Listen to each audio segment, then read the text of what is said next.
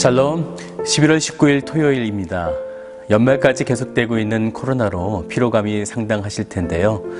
모든 일들 가운데 여전히 일하고 계시는 하나님을 신뢰하시기를 바라며 오늘 말씀을 통해 하나님의 감동이 경험되어지기를 소망합니다. 기도하겠습니다.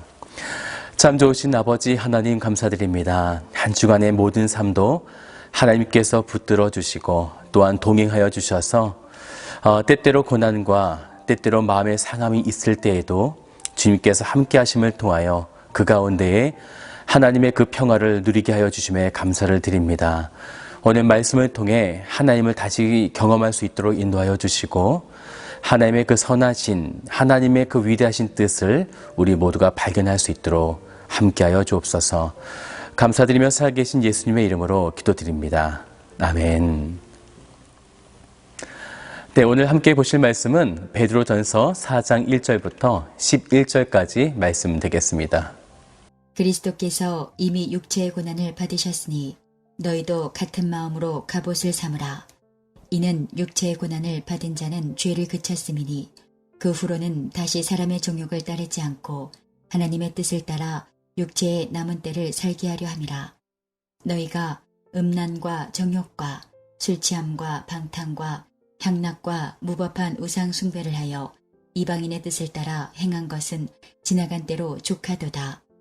이러므로 너희가 그들과 함께 그런 극한 방탕에 다름질하지 아니하는 것을 그들이 이상히 여겨 비방하나 그들이 산자와 죽은 자를 심판하기로 예비하신 이에게 사실대로 고하리라. 이를 위하여 죽은 자들에게도 복음이 전파되었으니 이는 육체로는 사람으로 심판을 받으나 영으로는 하나님을 따라 살게 하려 함이라. 만물의 마지막이 가까이 왔으니 그러므로 너희는 정신을 차리고 근신하여 기도하라. 무엇보다도 뜨겁게 서로 사랑할지니 사랑은 허다한 죄를 덮느니라. 서로 대접하기를 원망 없이 하고 각각 은사를 받은 대로 하나님의 여러 가지 은혜를 맡은 선한 청지기 같이 서로 봉사하라. 만일 누가 말하려면 하나님의 말씀을 하는 것 같이 하고 누가 봉사하려면 하나님이 공급하시는 힘으로 하는 것 같이 하라. 이는 범사의 예수 그리스도로 말미암아 하나님이 영광을 받으시게 하려 함이니 그에게 영광과 권능이 세세에 무궁하도록 있느니라. 아멘. 오늘 함께 나눌 말씀에는 사도 베드로가 이제 곧 닥치게 될 불같은 시험, 곧 네로의 박해가 있게 될 텐데 이에 대한 성도들의 믿음을 격려하기 위해 쓰여진 말씀입니다. 고난 속의 성도들은 무엇을 바라볼 것인가?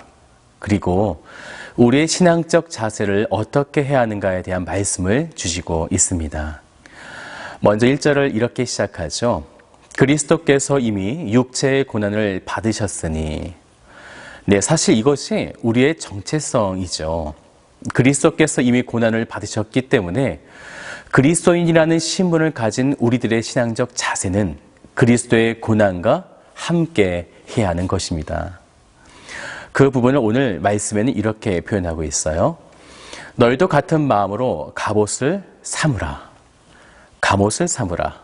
네, 갑옷에는 두 가지 의미가 있습니다. 바울의 표현을 빌면 로마서 13장 12절에 나오는 밤이 깊고 낮이 가까웠으니 그러므로 우리의 어둠의 일을 벗고 빛의 갑옷을 입자. 여기에서 갑옷은 성도의 거룩한 삶을 말하고 있는 것이고요. 또 한 가지는 에베소서 6장 11절의 말씀처럼 마귀의 괴계를 능히 대적하기 위하여 하나님의 전신갑주를 입으라. 이것은 오늘 말씀과 같이 불같은 시험을 대비하라는 말씀이 되는 것이죠.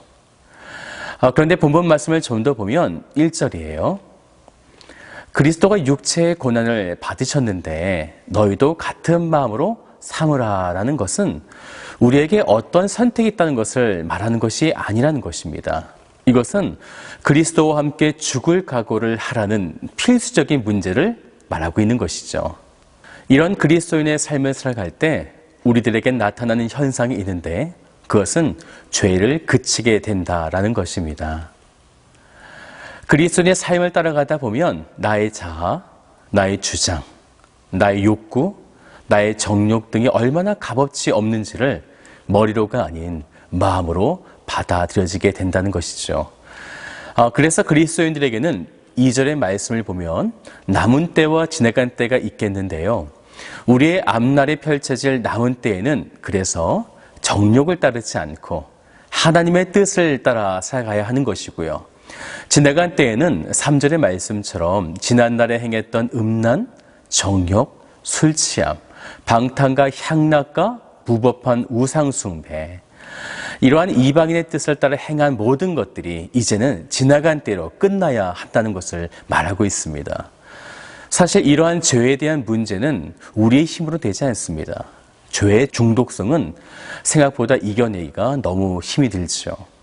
그래서 1절의 말씀처럼 우리가 그리스도 육체의 고난에 동참하게 될 때 그치게 된다는 이 사실을 분명하게 기억해야만 합니다.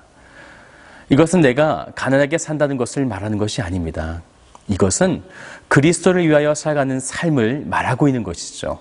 부유하든 가난하든 명예가 있든 사회적 지위가 있든 없든 그리스도를 위하여 복음을 전함에 각자의 처소에서 받는 고난과 역경을 말하고 있는 것입니다. 각자의 삶 속에 주어진 수많은 상황 속에 그리스도를 위한 복음의 동참은 우리들에게 다양한 고난으로 찾아오겠지만, 하지만 죄는 그치게 됨을 통해서 고난 속에서도 하나님과 더 친밀한 관계를 만들어 가는 것입니다. 그래서 즐거운 것이죠. 하나님을 날마다 경험하기 때문에 즐거운 것이죠. 오늘 베드로와 같은 고백을 13절 말씀을 함께 보세요. 오히려 너희가 그리스도의 고난에 참여하는 것으로 즐거워하라. 이는 그의 영광을 나타내실 때에 너희로 즐거워하고 기뻐하게 하려 함이라. 이것을 이제 우리의 남은 때에 하나님께서 행하실 것입니다. 그래서 우리는 7절의 말씀처럼 그때까지 정신을 차리고 근신하여 기도하기에 힘써야 한다는 것이죠. 그리스도의 삶은 괴로운 것이 아닙니다. 그리스도를 위한 고난이 힘든 것이 아닙니다. 그리스도와 함께 동행하는 삶은 찬송가의 가사처럼 그 어디나 하늘나라입니다. 이런 행복을 누리시기를 원한다면 그리스도를 위한 복음의 삶을 사시기를 바랍니다. 놀라운 하나님의 일하심을 경험하게 될 것입니다. 다 같이 기도하겠습니다. 살아계신 아버지 하나님 감사드립니다. 현재의 고난은 장차 우리에게 나타날 영광과 비교할 수 없도다라고 말씀하여 주셨습니다. 현재 고난을 바라보지 않게 하시고 우리가 복음을 위해서 각자의 삶 속에서 주어진 삶을 최선을 다해 우리가 살고 나아갈 때에 그곳에서 하나님께서 베풀어 주시는 하나님의 그 동행하심을 우리가 누릴 수 있게 됨을 이 시간 고백합니다. 모든 성도들의 삶을 주께서 지키시고 복음을 위한 기쁜 삶을 살아가도록 주님께서 함께 행하여 주옵소서. 감사드리며 살아계신 예수님의 이름으로 기도드립니다. 아멘.